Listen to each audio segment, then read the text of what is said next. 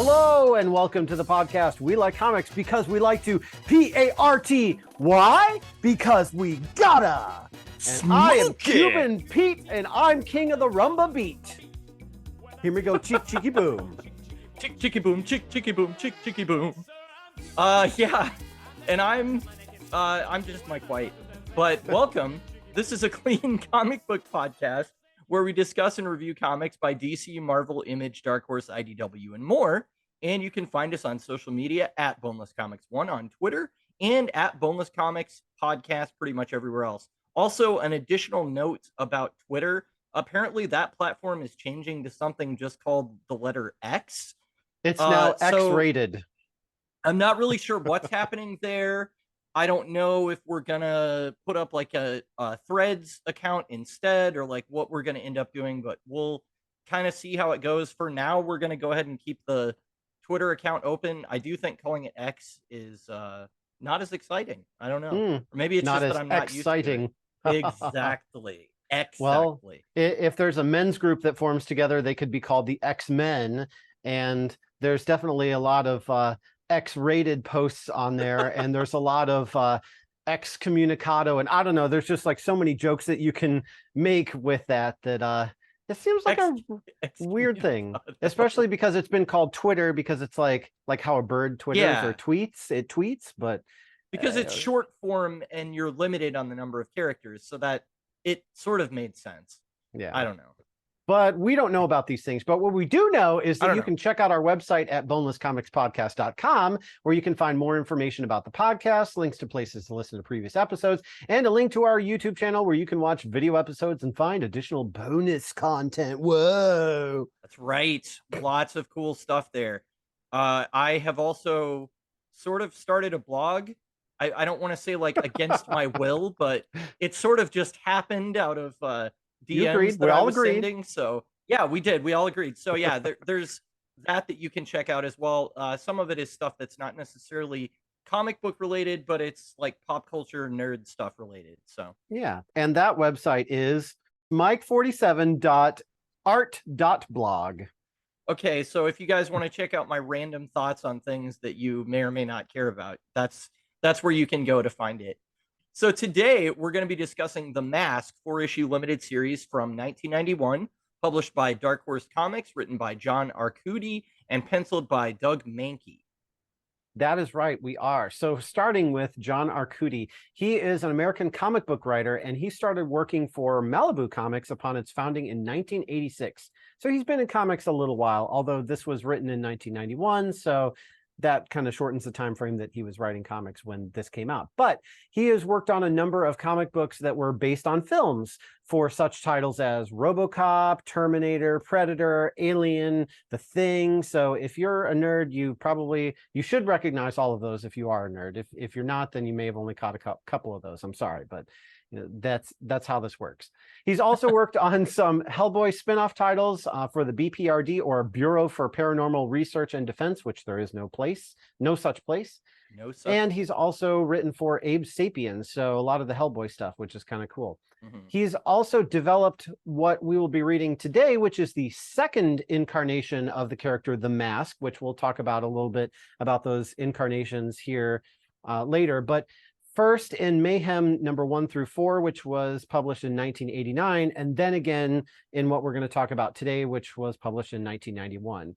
And his work, of course, founded the basis for the 1994 feature film starring Jim Carrey. So if you have seen The Mask with Jim Carrey, that is actually based on this comic book. So it's a comic book movie, technically. It wasn't the other way around, where, you know, there was an animated series that did spin off from the movie, essentially, and from the comics, that aired from 95 to 97.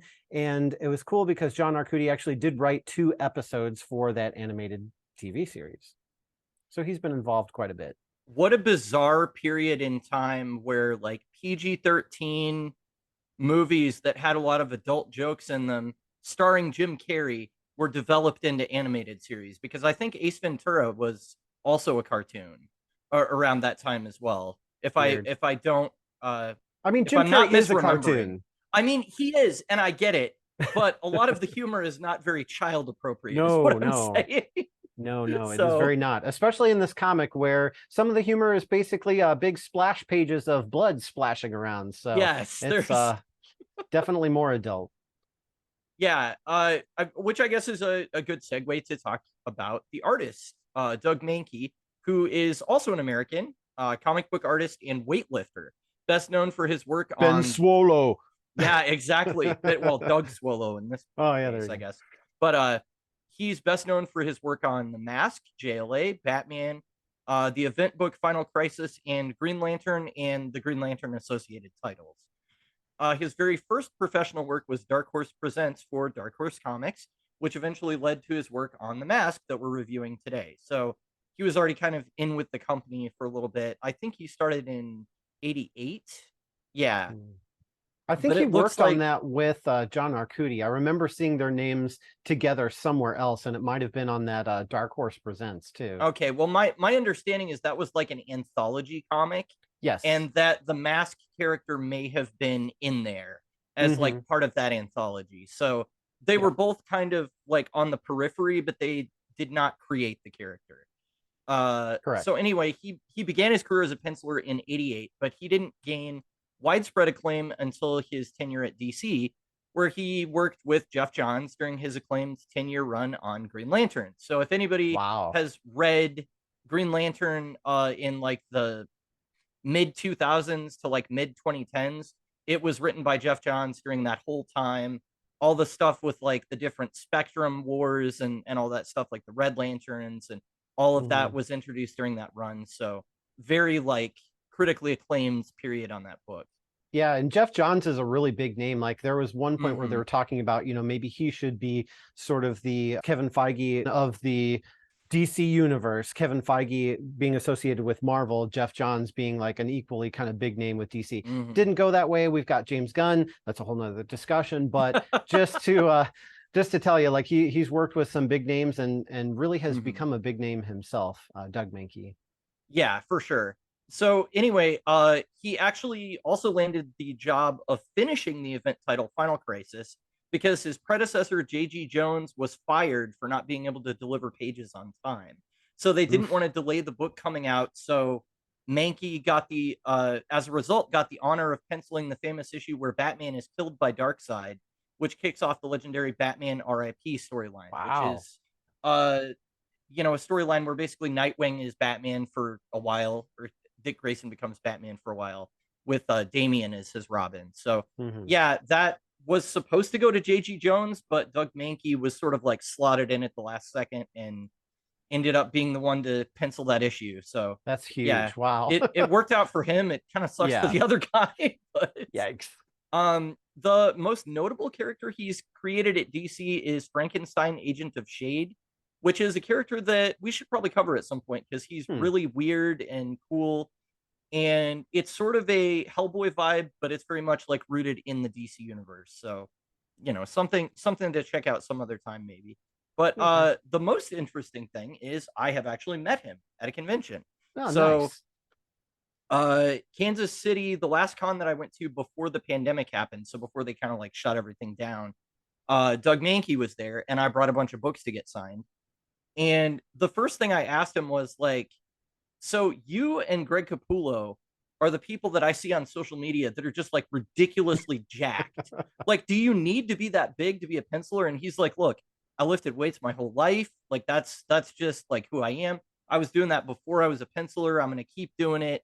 And he's like, honestly, it helps me with photo reference because if I'm drawing like Lobo or somebody that's really jacked, I can just like pose in the mirror, like do a funny pose and then take a picture of it. And then I have photo reference. And I was like, Nice. oh, that actually makes a lot of sense. Okay. So, I'm sure but it yeah. helps a lot with like kind of anatomy and like placement because like when you get into weightlifting, you learn kind of like what the different areas are, like the Mhm. pecs, which are actually here on your chest and those kinds Yes. of things. So you kind of like get used to, okay, this muscle should have one bump, this should have two, instead of like some of the weird stuff that we see in comics where it's like somebody's Mhm. doing some impossible kick and their leg is just like full of weird muscles that don't exist. So that's kind of neat that they have like a realistic, kind of intrinsic angle that they can take when drawing. Not Yeah, that I that's mean, required, but it's not required, but it's definitely something that gives him an edge. And like, he's known for drawing those like super big dudes, like his Bane and his, whatever the character is. I was gonna say Hulk, but I don't think he's ever worked for Marvel, actually. But he's been pretty much a DC guy since he left Dark yeah. Horse. But yeah, all those guys that are like really big and jacked and everything, that's kind of like what he's known for. So and he also lives in the Midwest, so my stomping grounds, with his wife and 6 children. So he's got a lot going on. Wow. He needs all that muscles to carry all those children around, I I guess. guess, I yeah. don't know. Well, getting back into The Mask, it was actually created, the character anyway, was created by a guy named Mike Richardson, and he was created in 1982. So the concept of The Mask is actually as old as we are, which is, Wow. well, yeah, it is what it is. So it was actually first published as a comic strip called The Mask, Masque, in the early issues of Dark Horse Presents, which was the anthology that we talked a little bit earlier. And it was sort of like a mix of material from both established and new creators. And it was just a way to, highlight work. So we have an artist named Chris Warner who revamped him into a new look, and they relaunched him in 1989 in the pages of Dark Horse's Mayhem anthology. And that was the Mayhem number 1 through 4 that I mentioned earlier. So this character really didn't start taking off until the run that we're reading today by John Arcudi and Doug Mahnke, who were hired to create the new adventures. And it's been described as a combination of Tex Avery and the Terminator, or at least that's what it was described as in the 90s. I might describe it differently here in 2023, but yeah, we'll get into that. So there's been some spin-offs, which we mentioned earlier. There's a movie adaptation starring Jim Carrey in 1994 and the animated series from 95 through 97. I forget the voice actor, but it is not Jim Carrey, but it's another very famous voice actor who does a lot of animated voices, who voice him in the animated series. Somebody like Jim Cummings, or somebody like that. Something like that, yeah. So the Mask character is basically he's a semi-living entity possessing anyone wearing this mask, and he becomes a criminal known as Big Head. So that's an important distinction in the comics versus the movie, where he's actually called Big Head, which, I mean, he does have a big head, but he has a big green head. He also has big white teeth. So I feel like that's just kind of you could have picked maybe a better descriptor, although the mask really isn't, that much more descriptive anyway. And how do they know it's a mask? So that's a whole thing. But anyway, they could have called him the Green Mask, but there's so many green people in comics already. You've got Green Arrow and Green Lantern, and there was that TV show Green Hornet, and yeah, so there's a lot of green, and Green Meanie. Oh yeah.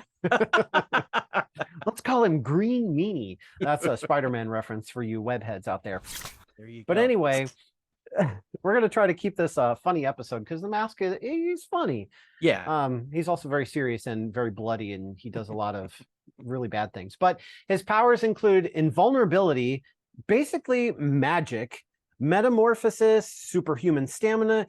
He's completely bonkers, and he's like a real life cartoon. Essentially, he can pull anything out of his pocket, whether it can fit in there or not. He can make stuff just kind of appear. He can influence people. There's a lot of stuff that he can do, which it seems like he can kind of do anything that he sets his mind to, because he's got that kind of power. It's neat because in the movie they sort of like explained a little bit of how this could have come to be. I don't know if we got that in the original incarnation of this comic. We don't get it in the one we're reading today, but still kind of interesting that there actually could be some kind of reason of where this magic comes from, sort of like a Helm of Naboo thing with Dr. Fate, which Dr. Fate's a completely different and respectable character. The Mask is a goofball, so they're in, different arenas there. But so we also have the characters who wear the mask. The first one was Stanley Ipkiss, which if you, again, watch the Jim Carrey film, you'll recognize the name Stanley Ipkiss and all the jokes that go along with that. But he is not in this comic. He was actually introduced in the 1989 run that I mentioned earlier in Mayhem 1 through 4. And he was basically, same kind of character, a regular guy. He had a rough life. He found the mask as a gift for his girlfriend, Catherine. started off using it for good, but ended up using it for personal gain. So then he removes the mask at one point because Catherine breaks up with him because his behavior is, just like black suit Spidey, just like really bad. Yeah. And she puts on the mask and kills him. And so in this universe, in this comic that we're reading today, Stanley Ipkiss is dead.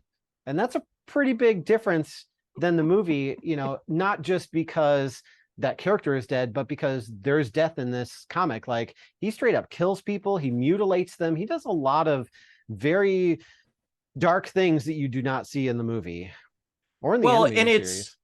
Yeah, I mean, just on that note, it's sort of like he himself is following cartoon logic in his abilities, but he does the cartoon thing to a real person, and then they actually die. Yeah, or they have the real what life consequences. It's like if Bugs Bunny was in the real world attacking people, what would actually happen to those people if they got smashed by a giant mallet, or instead of having a bunch of bullet holes through you, you would be dead. So that's kind of seems to be what they're going for, where like cartoon logic applies to him, but not really anybody else. Yeah. So in our story today, we actually have a character named Mitch Kellaway, which, if you remember him being mentioned in the movie, he's the detective who's like after Stanley Ipkiss and is kind of like annoying in the background and doesn't end up, catching the bad guy, unfortunately. But in this, he's a detective who's trying to do the right thing, and he ends up with possession of the mask. And so he actually gets to wear it and sort of clean up the streets of mobsters, almost like he almost turns into like a cross between the Punisher and Deadpool, because he's like kind of goofy and wacky and cartoony like Deadpool, but then he's also serious and he mows people down and just like, hey, you're in the mob, you're dead, like the Punisher. But he's really not one of these characters. I mean, you couldn't really compare him to Deadpool. They have their own brand of psychoses, I guess. Yeah. This feels very, I think the Tex Avery thing at least is very accurate, and we can talk about that more as we get into it, but yeah, they nailed that part. I don't know if they nailed the Terminator part necessarily. Yeah, it was kind of weird. But anyway, for today, our story, as you said, follows Lieutenant Mitch Kellaway, who is given the mask by Catherine, Stanley Ipkiss's ex-girlfriend, who's happy to be rid of it, and warns Kellaway to never put on the mask. But of course, we wouldn't have a story if he didn't do that. So instead of filing it in police evidence and believing it to be harmless, he's kind of like, as a joke, he's like, haha, yeah, don't put on the mask. Well, he puts it on and it transforms him into Big Head. So after discovering that he can now heal from any injury, which he tests by like shooting a hole in his own hand and all kinds of he had his arm in a sling, and then when he put on the mask, he's like, hey, my arm's better. But then when he takes the mask back off, his arm's back in the sling again. So it's like it heals him, but only, while he's wearing the mask. It's kind of weird. Wearing the mask, which is not actually that helpful. I don't know. Yeah. Anyway, so now he can heal from anything, and Kellaway has been kind of like frustrated with all the red tape and the police and not getting convictions for guys that they arrest. So he begins a vigilante rampage throughout the city. And his first victims are a couple of armed robbers that murdered a convenience store owner. Meanwhile, organized crime in the city pays off the DA to get Rapaz, a heroin dealer, released, ending one of Kellaway's biggest busts. So this like missing heroin and this Rapaz guy is definitely a story that's like going on in the background while while Big Head's hijinks are happening. So anyway, after learning that Rapaz is going to go free and increasingly being blocked by both his police captain and the DA, Lieutenant Kellaway decides to put the mask on again and assassinates Rapaz. But this time, a witness sees him. Big Head, or Kellaway, bribes the witness to get him to shut up about who killed Rapaz, but this blows up in his face as the police captain is convinced they need to form a task force to take down Big Head. And of course, he's like, Kellaway, you should be in charge of this task force to take down Big Head.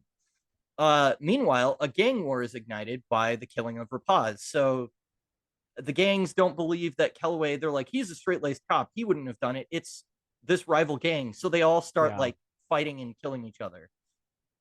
So as a result of that, there is a hostage situation that happens after a shootout in retaliation for Rapaz's death. However, Kellaway arrives and once again transforms into Big Head, killing all of the mobsters and freeing the hostages. Unfortunately, Kellaway's captain fires him right after this, believing him to be engaging in vigilante justice, because he is.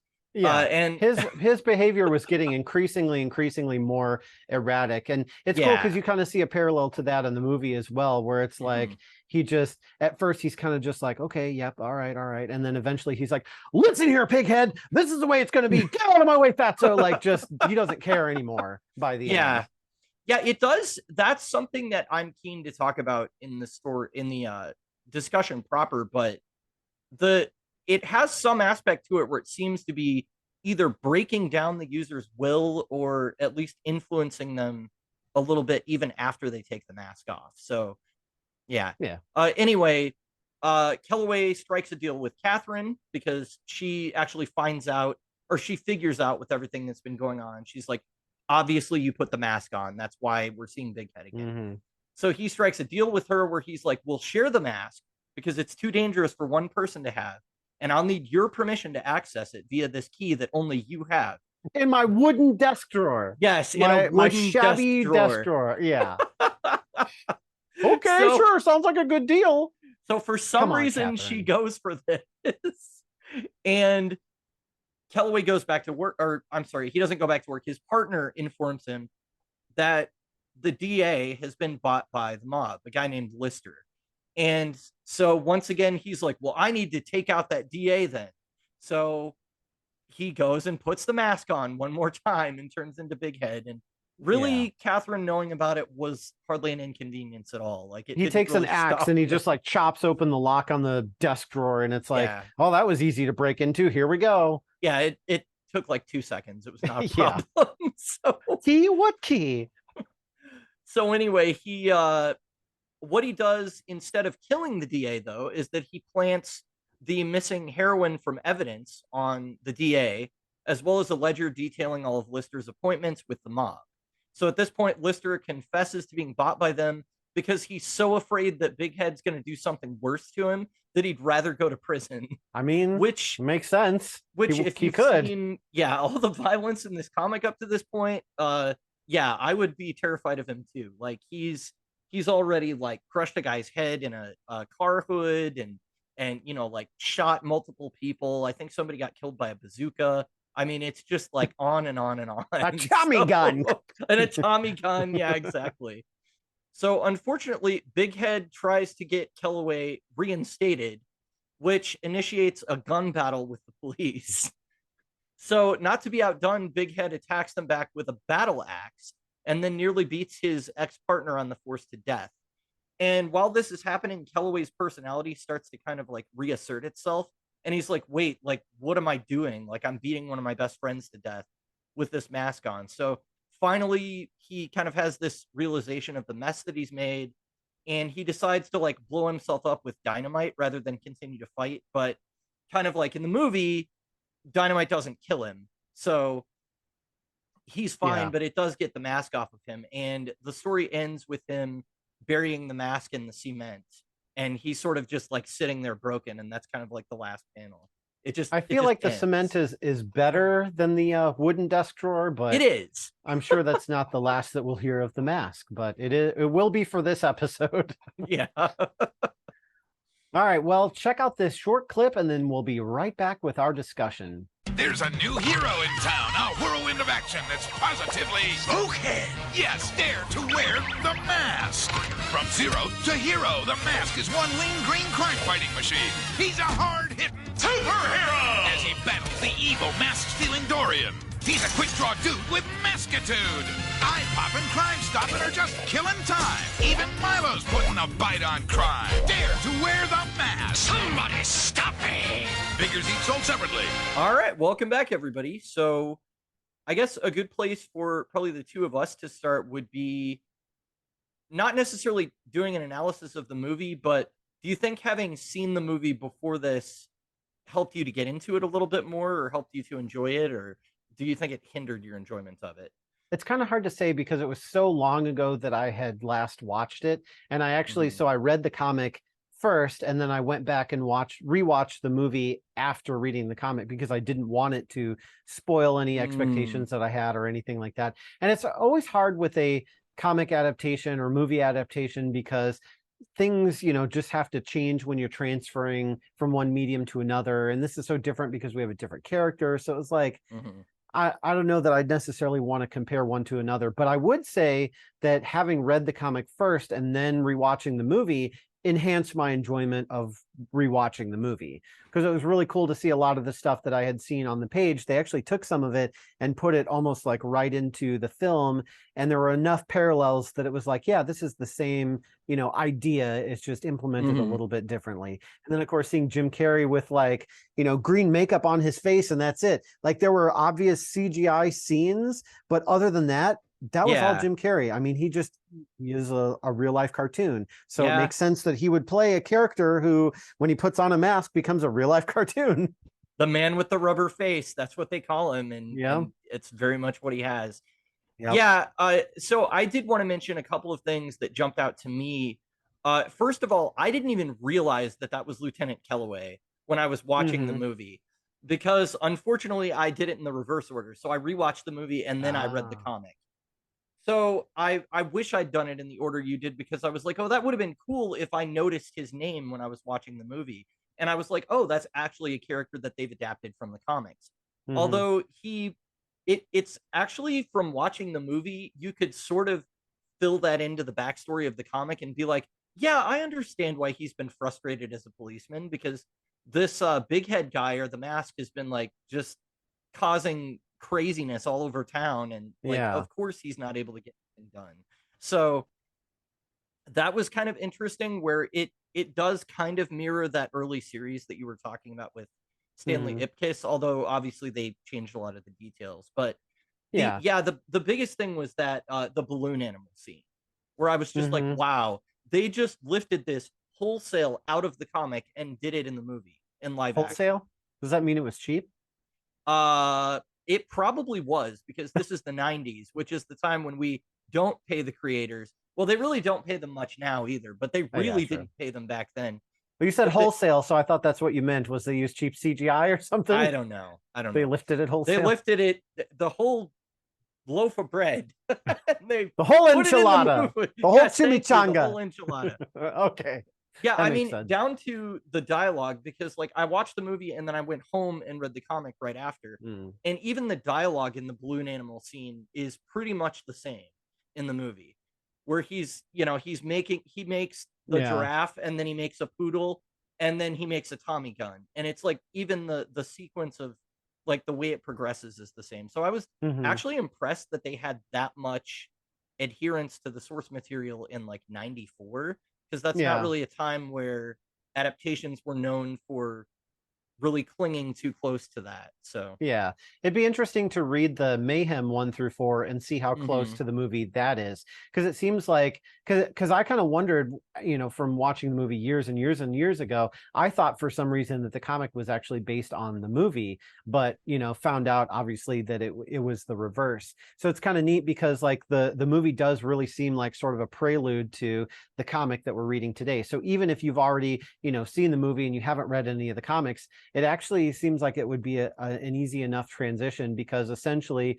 like we said earlier, Stanley Ipkiss is causing mayhem 1 through 4 as Big Head, and this whole thing happens and Catherine kills him. And so she's like, I need to get rid of this mask. I need to but she's not like the Jim Carrey character is like, I'll throw it out the window. Hey, no problem. I'll throw it into the river. Like, no problem. Like, what if somebody else gets it? Like the big bad in the movie, Dorian or whatever. Like, what if another guy like him gets the mask? You don't want him to have it. So it was at least smarter on her part in the comic to take it to a detective and say, hey, there's this mask and you might think I'm weird, but just don't put it on. Just trust me. Don't put it on. You probably don't want to anyway, but just don't put it on. Just keep it, because it's involved. It's evidence in this Big Head thing. Just trust me on that. And that's the end of it. So it was kind of neat to see that, like, okay, Ipkiss is gone. We've kissed his butt goodbye. And so now we're nice way to dance around that one.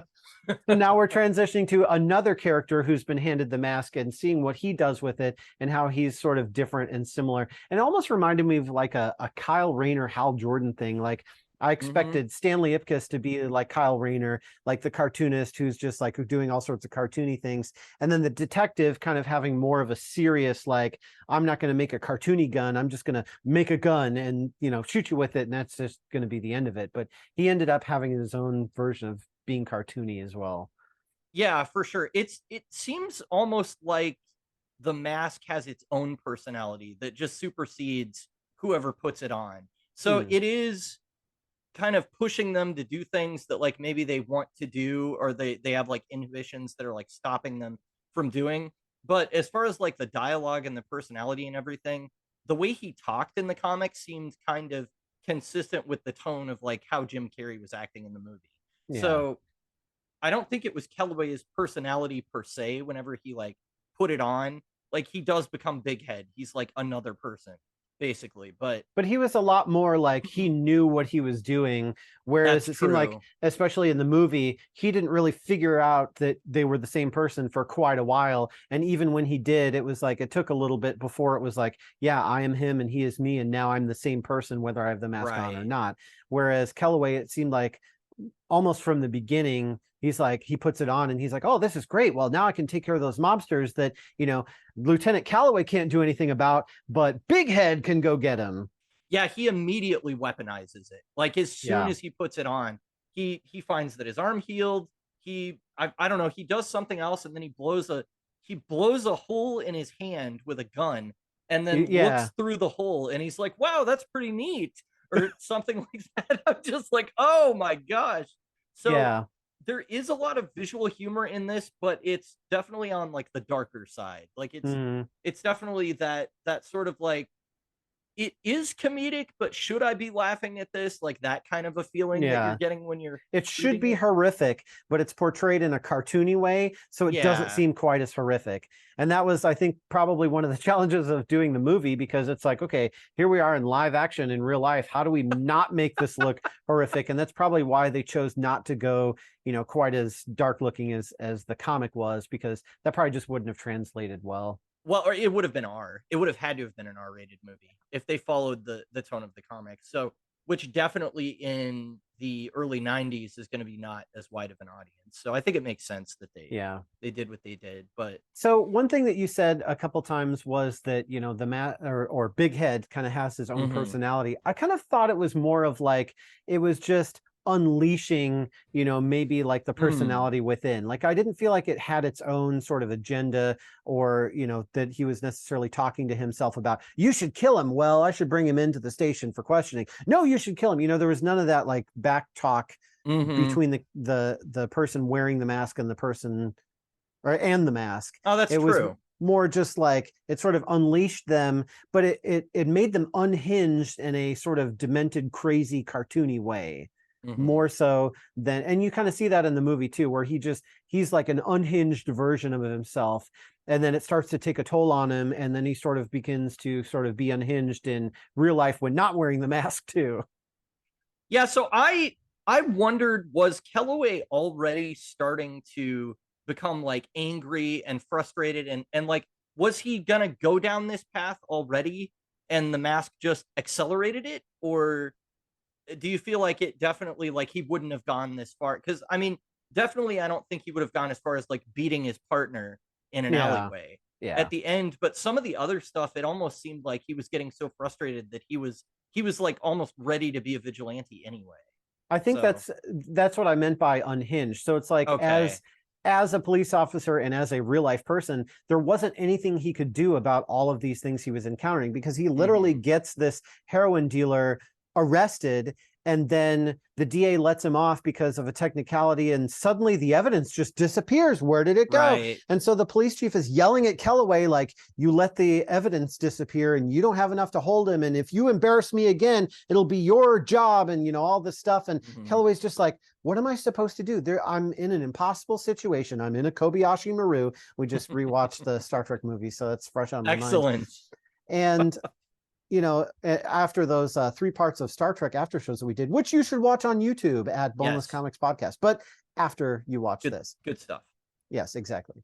But anyway, to continue my thought and not get distracted, yeah, so he was unhinged because he puts on this mask and he realizes, oh, I can do stuff with this mask on that I can't do as myself. So, and I'm anonymous. So I'm going to go out there and I'm going to clean up the streets. But he doesn't realize that he's Big Head at first. Then that was kind of interesting too, because he's like, oh, that Big Head guy, you know, he just kills random people and he's a serial killer and he's a big problem. And I still want to bring him in if I can. But this is something, you know, very different and separate. And it isn't until later that not only is he like an unhinged version of himself that takes matters into his own hands, but he gets progressively more unhinged as the story goes on, till we get to the end where he's just like, I'm not going to let anybody stop me. And, you know, even the police are trying to stop me. Well, they're not going to stop me because I'm doing the right thing here. And, oh, this guy, you know, he's attacking me. Well, I'll attack him right back. And then he's like, wait, this is my partner. This is my friend. Like, I actually like this guy. What am I doing? And that's when he realizes that, you know, Big Head is the problem, because it just unleashed him so much that he couldn't control it. And that's when he buries it in the cement and he's like, I can't do this.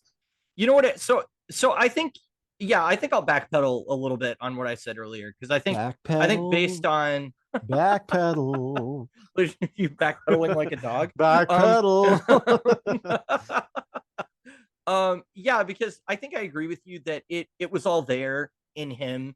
It's maybe it's closer to that Batman TAS episode called Never Fear, where the Scarecrow takes away people's fear. So there's this guy that just goes up and like kisses this woman in the office, and then there's another guy that just like jumps out the window and he's like hanging from an electrical wire, and he's not scared. And then it happens to Batman, and Batman is like pushing the limits of like what he really should be doing. Like he's doing loop-de-loops in the Batwing, and there's a point where he's like almost about to kill this guy that he's hanging off of a roof, and Robin has to like pull the guy back and save him, because Batman doesn't have fear anymore. So it's almost like that, where it's like whatever steps he had like thought of but he was afraid to take, he's going to take those steps to take out these criminals. Because there's nothing stopping him whenever he's wearing the mask. So it's like you can shoot yourself, you can you don't take damage, you regenerate, and you're anonymous, so you're kind of just free to do whatever, and there's not any consequences, or so it seems that way at first. Well, there aren't consequences basically as long as the mask is still on, it seems like. But whenever he goes back to his real life, that's one thing that I think the comic book did a really good job of, or Arcudi did a good job of, was like every time they cut back to him in his normal life, he seems a little bit angrier, and that starts to like amplify throughout the story. Whereas by like issue 2 or 3 or something, I was starting to think like, was he this angry at the beginning? Is he acting out of character? Am I supposed to be noticing this? And then as it went on, I was like, oh, it's like even when the mask is off, it's kind of subtly like it's working this influence on him. And that seems to be kind of a theme in the movie as well, where like it's powerful and it can help you do all this stuff, but ultimately it's going to wreck your life, because it does for it almost wrecks Stanley Ipkiss's life. And because it's a movie, we have a Hollywood ending. We don't have his girlfriend murder him, you know, but true. But it makes sense that that's kind of the angle that they take in the comic books. And I think that they at least showed that pretty well with the cutting back and forth between the like cartoon violence and then seeing his day-to-day life. So. I think Kellaway had a lot more motivation to be angry than Stanley Ipkiss did in the movie, because in the movie it was more just like, oh, he's a nice guy and nice guys finish last, and oh, it's really sad, feel sorry for me. And then he meets Cameron Diaz in her like movie debut, and she's all like, you know, wearing a low-cut dress and all this stuff, and then they have these tender moments between them, and you're really just supposed to be like, oh, isn't that sweet, the nice guy's gonna get the girl and all this stuff. And it's like, he's kind of creepy towards her though. He kind of in the movie. I mean, watching it in the 90s, I didn't pick up on that, especially as like a 12-year-old boy. I was like, yeah, this is awesome, he's gonna get the girl. But watching it as an adult, I'm like, he's really crossing some lines here as the Mask and as Stanley even. So there were a lot of things that I caught in the movie this time around that definitely would have gone over children's heads, and must have gone over censors' heads in the 90s too. Because I remember him pulling things out of his pockets, and he pulls like a wet napkin or something out or whatever. And I was just like, oh, that looks gross. What is that? And this time I'm watching it and I'm like, oh my gosh, he just out of his pocket. Like, oh my gosh, gross. Yeah. So they slipped a lot of things in there that they got away with in that movie. But anyway, Yeah, it was definitely more adult than I remembered. Yeah, I was a little shocked by it as well. But Kellaway has a lot more motivation because there's a lot of stuff going on that he's trying to right wrongs, and he can't even make any moves because of dirty cops or the dirty DA. And it's getting in his way that there's nothing he can do because he's caught in red tape. Like, right. And he can either, go along with it and, be one of the guys that gets paid off by the mob, or he can, try to do something about it. But in the end, he's either going to lose his job or he's going to lose his life because, mobsters don't settle for that kind of thing. If they're like, oh, you're trying to out us, well, we're going to take you out. And there wasn't any point where that happened, but that probably would have been the next like natural step of this if the Mask hadn't been involved in the story, was Kellaway would be asking too many questions, sniffing in the wrong places, and they probably would have put some cement shoes on him and dumped him in the river. But instead, he encounters the Mask, and now it's like, hey, I've got the ability to, well, do whatever I want. And so all this stuff that I haven't been able to do anything about, I can do something about it now. And he does. But it doesn't work out the way that he expects. Like, it doesn't just instantly fix everything. And I think that's what frustrated him progressively. In addition to, it probably takes a real physical and mental toll. Like in the movie, we see him like just, waking up late and being like, oh, I was up all night. And so it definitely takes a toll on him. Yeah, it is. That's something that they show in the comic as well, is that he's like habitually tired afterwards because he isn't actually getting sleep. He's just putting on the mask and becoming Big Head. So that was actually a parallel that I didn't notice that they did in both. But that alone makes sense why he would start to be on edge more, because if I don't sleep for like 2 nights, I start to get like really on edge with people. So I mean, if you're doing that for like a whole week and you're also going out all night and blowing away gangsters, I can see how that would that'd be exhausting. Well, and it might take energy to, conjure the magic. They never go in that direction, but it seems like something that could have happened where it's like the magic that you use in producing these things when you're wearing the mask actually, like, I don't know, eats away at your life force or something like that. Yeah. And they really could have went an angle with that, where it's like, well, I can do a lot of good, but not for very long, because the more cartoony stuff that you present, and then you start getting older and like rickety when you're not wearing the mask, and that makes you want to wear it more. And I don't know, maybe I'm giving ideas to the future comics for the Mask, or maybe they've already done it. I don't know. Yeah, I don't know. It seems like something that would end up happening. Well, my understanding is that this book is kind of a series of miniseries throughout history. I don't know that it's necessarily like a huge top seller for Dark Horse. I think it's one of those kind of like middling books where it's like, we can do like a limited run of it with a creative team and people will enjoy it. But I don't, it's certainly no Hellboy or what was really their bread and butter at the time, which you brought up earlier, were licensed comics on like horror properties like Alien, Predator. They had Terminator at the time. They also had RoboCop. For a while, they actually had the Star Wars license at Dark Horse as well. So yeah, that's right. They were doing a lot of licensed stuff during this time. So it does make sense that they were trying to like branch out and do other characters. But I think Hellboy is definitely the one that like stuck the most and became the biggest thing. And that, oddly enough, would have been only 2 years after this, because I think 93 is when Hellboy was introduced. So I will say that I'm glad that the Mask is not part of a larger superhero universe, because I feel like this character wouldn't interact with a lot of other characters in other books that well. I think that it's good to kind of keep its tone consistent, just to like keep it its own thing. I don't know.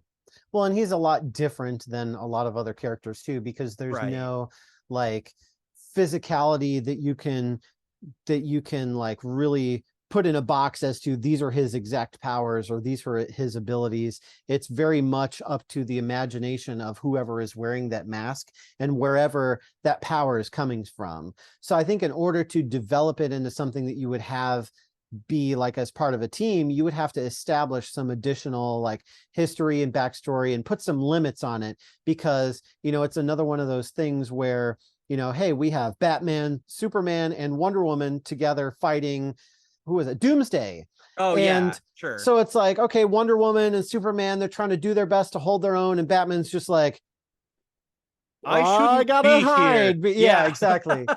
So it would be kind of that in reverse, where it's like you have the Mask who can pull weapons out of his pockets when there's nothing there. He can't take any damage. He can instantly regenerate. And he's, what else is anyone going to add to him that he doesn't have on his own? Yeah. So that would be one of those things where they'd have to either limit him in some way, and then that wouldn't be as fun. So I agree, like having him be on his own and also be like a limited series, because if we get too much of a character and there's too much story and there's too much going on, but the character is not complicated enough to support that, or complex enough, then it gets boring, and old. And we're repeating the same thing. It's like, first we had Stanley and he went crazy as Big Head and he killed a bunch of people. Then we had Calloway and he was a little bit more interesting because he was a cop. So he was trying to actually right some wrongs. And he became Big Head and he killed a bunch of people. And then eventually, the house that he lived in gets bought by Grandma and Grandpa, and, the old lady puts on the mask. And, then it turns into like Son of the Mask, where we're trying to just invent reasons to have the mask happen again. And so we put it on the dog, and we put it on a baby, and we put it on the elderly, and we put it on a acrobat, and we put, how many different people can we put this mask on? And eventually it's just like, who cares? Yeah, that's fair. Well, it is interesting because the star of the comic book, in a way, isn't the main character. It's the mask itself, or Big Head. So that's kind of an interesting point that you brought up, in that I think this is almost impossible to sustain an ongoing series with, because you almost have to do these one-off things, and maybe don't milk it too much, because otherwise it does just kind of get to like, oh, we're doing the same thing over and over. It's Toyo. Right. Exactly. It is. One of the things I wanted to talk about a little bit, which we have talked about it slightly, but was the violence of the comic being much more extreme than it was in the movie. And just as an example, like when he first puts the mask on, Big Head breaks a murderer's neck on their way to the hospital. He slams somebody's head in a car hood. That's actually the same guy. He slams the guy's head in a car hood like over and over, and it doesn't kill him. So he goes to like the ambulance and breaks the guy's neck before he gets to the hospital. Yeah. He also blows away another guy with a Tommy gun. And these guys are bad people, and I think the comic book does a good job of showing that, because they do like shoot a little old lady that's like running a convenience store first, and then he goes and does that. But I guess my question with this is, as an audience member, are you able to root for him? Or is that a little bit hard to do in some of these parts of the book, because he takes it so far? Yeah. Well, and I honestly, like, aside from all the like blood and the violence, I think the worst thing that he did to anybody was actually in the movie, where he went to those car repair guys and he shoved those mufflers up their rear ends. And it's like, talk about cartoony things that have real world consequences. Like, that's funny in a cartoon, but then they're wheeling these guys away in stretchers and they're like, I need a proctologist. Like, what are we going to do about this? So that was probably one of the worst things that he did. And it was maybe non-lethal, but it was probably very painful. So that's true. The movie does push the envelope in some areas where the comic doesn't. Yeah. Not just the envelope, but well, anyway. The muffler. The muffler. But yeah, so it's like you're rooting for him because those guys were ripping people off. And so now they kind of got, what was coming to them. So it's easy as an audience member to root for characters like that, no matter how violent the consequences, because it seems like that's something we as moviegoers want, is to see people have immediate consequences, even though in real life that doesn't really work out that way. And maybe that's why. But in the comic, it's kind of like the Punisher, where he's blowing away a lot of mobsters and they're really bad people anyway that we don't seem to care about. So it's fine. It's like when you have a character that's just kind of like killing anybody and everybody and just doesn't care. Those are usually the characters that you don't root for, where it's like women and children and people who are helpless and anything like that. Like, they're not even associated with the mob. They just happen to be in the building and he blew up the whole building and killed, 50 people that were innocent. Then there would be a problem. But everybody that he targeted was a ne'er-do-well of some extent. that's Did they true. deserve death? Maybe not, but well, it's interesting because so when I was reading it, I could see the facing page where he slams the hood on the guy like multiple times, and it's very cartoony how it's drawn, but there's also like yeah, blood flying everywhere. And I looked at that because it was like a bigger image before I saw the guys killing the convenience store owner. So I was thinking at first, I was like, if they're just knocking over a convenience store and just like robbing her, is like that really? he doesn't need to be like executing them. But then when they shot the old lady, I was like, oh, okay. So it's interesting how as an audience member they can, if they ratchet up the darkness enough on the bad guys, then the good guy being dark doesn't seem as bad.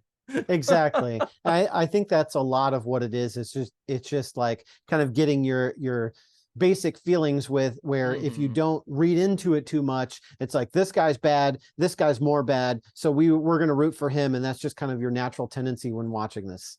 Well, it feels like in that regard, it feels very much like an 80s or 90s action movie, because that's what most of those are, right? You'll have somebody like Steven Seagal or Arnold Schwarzenegger that's just like blowing away rooms full of people, but they did something really horrible first, so it's okay for him to take out like 35 people at once, you know. And that this is very much like in that tone. I think this is, of the stuff that we've read that's like from the 90s, I think this feels the most 90s of anything that we've done. And I mean, not even talking about the movie, just basing it on the comic book.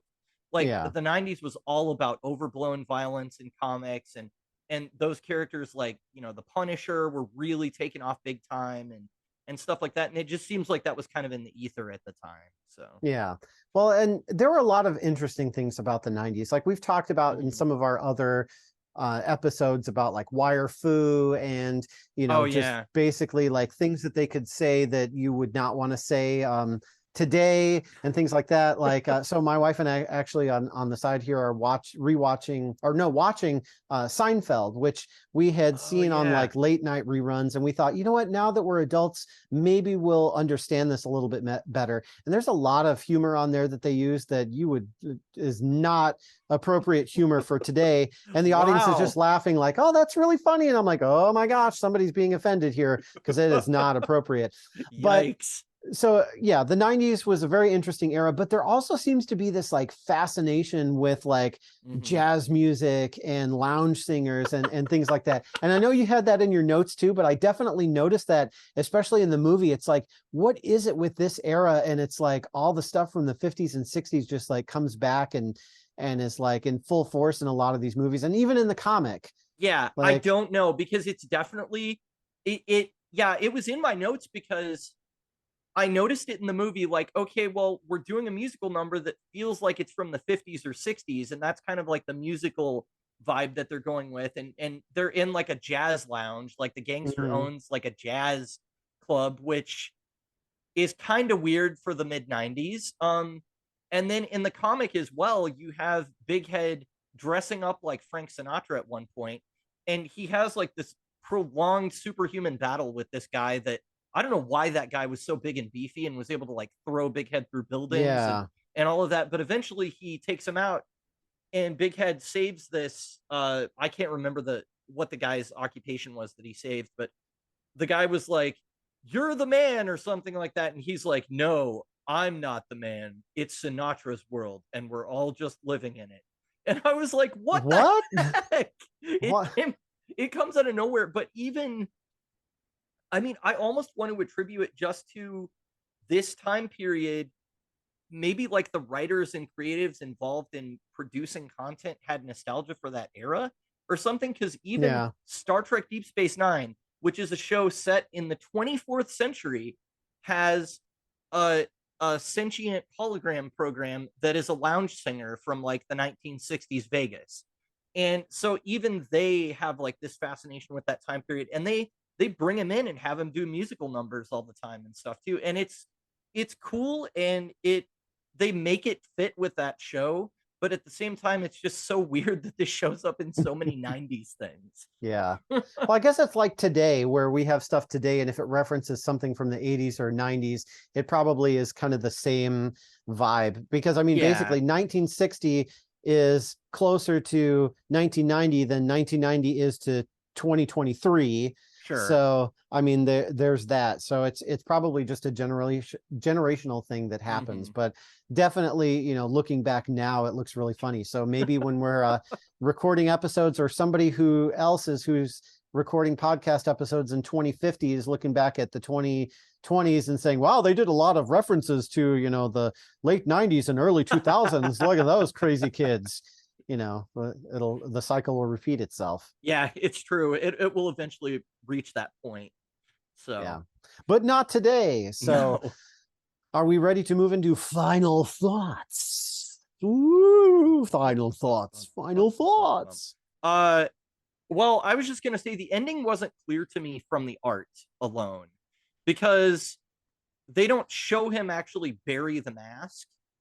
Doing what my dogs do when they hear something funny, they tilt their heads. They're like, huh? They tilt their heads. Huh? He was basically, Catherine is looking for the mask. She's like, what happened to it?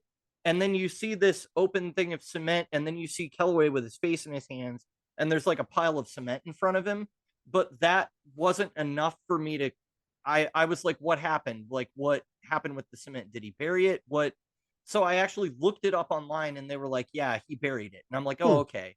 That wasn't completely explicit to me with the art at the end. So that was, I guess, maybe a point taken away from Mahnke. But if that didn't bother you, you know, maybe. It seems straightforward to me, or he's just like, I got to get rid of this thing. And then you see him like with some freshly, you know, put down cement in his basement, where it's like, okay, he's really being serious about getting rid of this mask now. Like he's I can't deal with this thing anymore. Well, I looked back at it later and I was like, oh yeah, this adds up. But it, for some reason, when I first read it, it just wasn't like clicking. I don't know, maybe because there was no dialogue at the end. But I don't know. But what I do know is, let's go into final thoughts.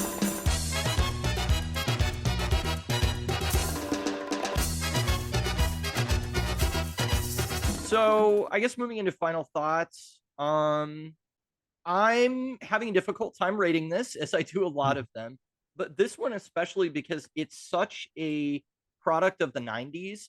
And so judging it by like 2023 storytelling standards doesn't exactly seem fair. But at the same time, I think I was wanting a little more meat on the bone, like character wise and story wise, than what I got here. It's not a 4, but I don't think it's as low as a 3. So I think I'm going to go with 3.5. And that's because ultimately, I think Kellaway is a better lead character than Stanley Ipkiss would have been, especially if he's anything like he was in the movie. So I'm glad that we didn't go with that character for this. I like that they kind of explained his motivation very quickly, and then we got into the antics and stuff. And I feel like most of the humor landed, although some of it got dark enough that I was like, am I supposed to laugh here? I'm not sure. So, but yeah, as someone that lived through the 90s, it definitely is something that I could recommend for like, hey, do you want a fix of nostalgia of like this era? I think that it fits that niche like very nicely. And you know, it does continue that trend of like us seeing the mask sort of disintegrate somebody's life as they use it more and more. So that aspect of it was interesting to me.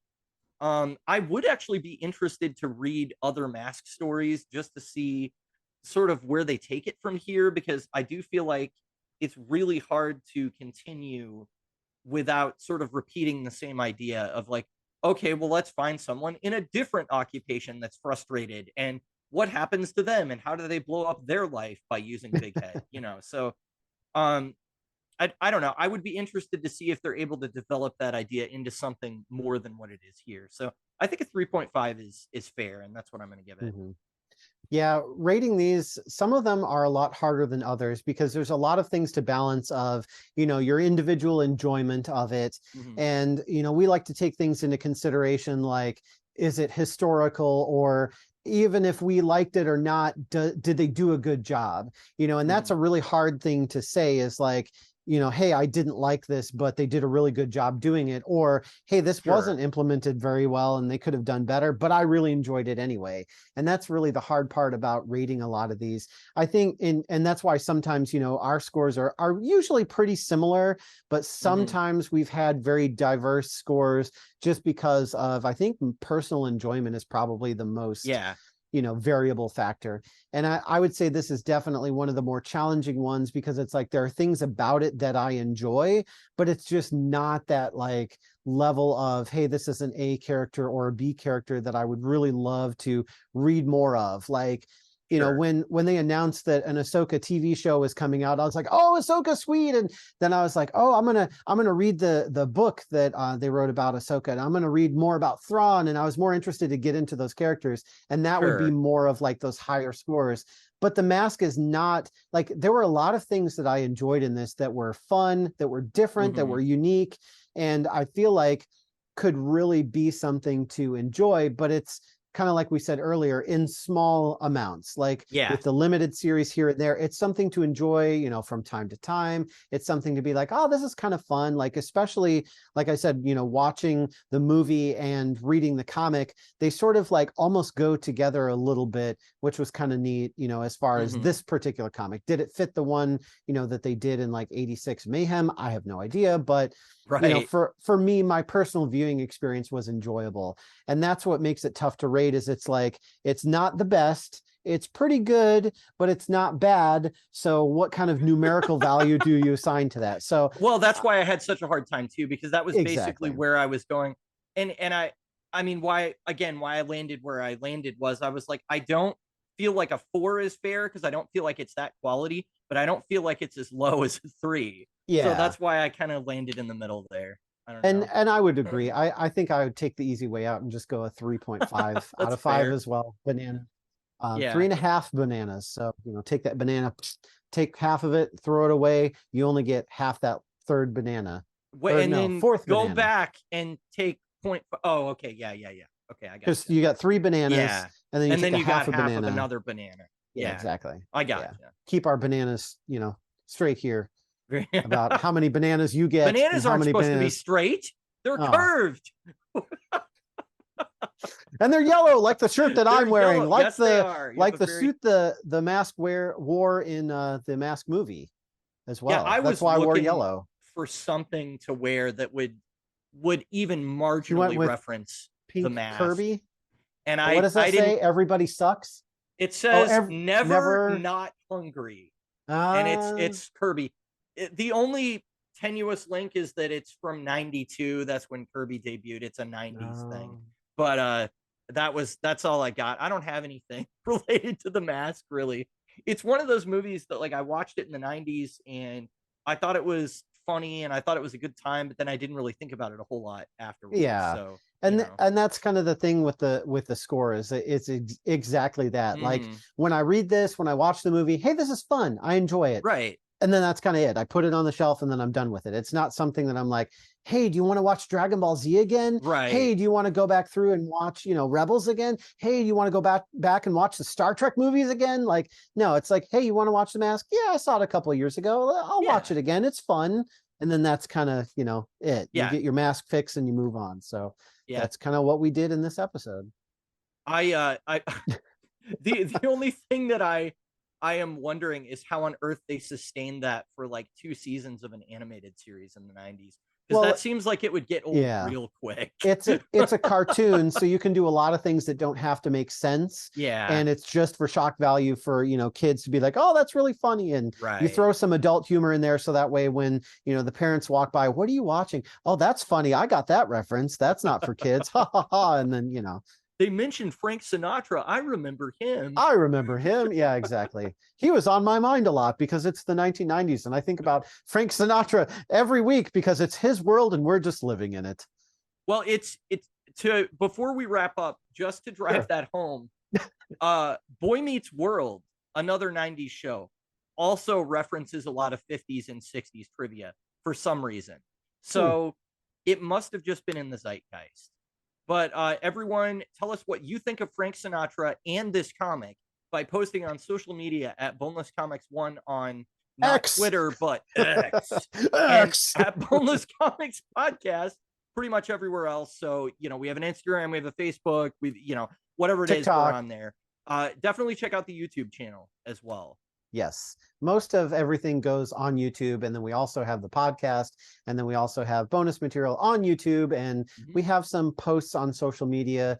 I think here and there, we've got a couple things, but usually it's used to advertise things on YouTube. So that's definitely the place to go. Yeah, definitely check it out. Yeah. So we are going to take a little break after this episode because Mike is moving and he will have a different background the next time that we record a video episode. So that'll be fun. This couch has got to go. So we're getting rid of the couch. So it's not going to Isn't that couch from the 90s?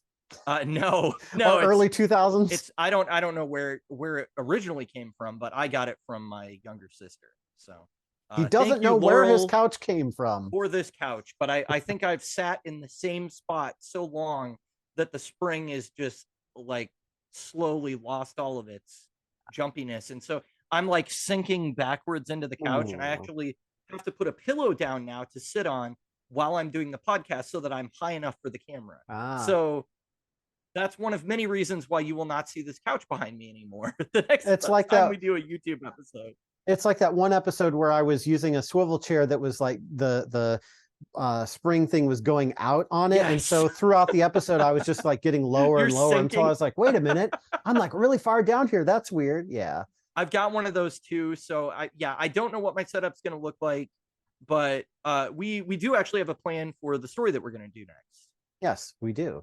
So Mike would like to do Captain America Castaway in Dimension Z, not X, but Z, published by Marvel Comics in 2014 and written by Rick Remender with pencils by John Romita Jr. next time. So it'll be fun because I don't know that I've read any Captain America solo stuff. Like obviously know who Captain America is, but a solo comic, that'd be interesting. So you'll have to tune in when we come back and find out what we think of that comic. Thanks for listening, everybody.